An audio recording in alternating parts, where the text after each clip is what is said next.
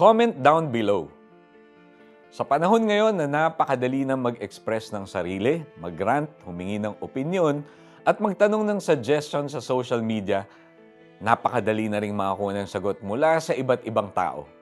Once we post something online, we are prone to either receive supportive and informative comments or bashing or false information. Take for example, si Jen, a member of an online travel page. As a first-timer to Melbourne, she asked for insights about her itinerary for her 10-day trip. Although she got helpful tips from most members, nakakuha rin siya ng mga discouraging comments about the cost, time, and her lack of proper planning. One comment even reads, "May Google try mo." Si Owie naman posted on Instagram about a reality show contestant he supports. In just a few minutes, inulan siya ng bashing from netizens who do not agree with his choice. Some opinions, in fact, are hurtful kasi naging personal attack na nga kay Owie. Naging smear campaign pa against the contestant. Even Pam, who posted about being hospitalized, woke up the next morning with comments like, "Puro ka work, ayan tuloy. Sumugod ka siguro sa ulan kagabi. And nagpapabaya ka kasi."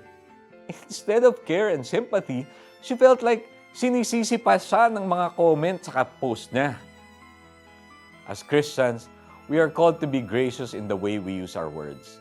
Oo nga, may freedom of speech tayo. Pero kung nakakasakit ka sa iba, we might want to pause and control ourselves from being harsh and hurtful. We are accountable to God for our daily conversations, whether in person or online. Sikapin nating maging mas maayos ang ating sagot, kahit sa mga pagkakataong hindi tayo sang-ayon sa sentiment ng iba. Let's pray.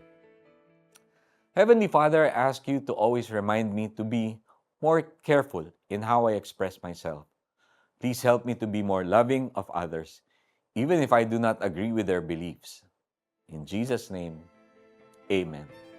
This week, as you come across posts online that do not align with your conviction, try to hold your tongue and stop yourself from rudely commenting. Sikapin ninyong laging maging kaaya-aya at kapaki-pakinabang ang inyong pananalita sa kanila. At matuto kayong sumagot ng tama sa sino mang nagtatanong. Colossians 4:6. This is Iko Gonzalez. Let's use words that heal, not kill. God bless you.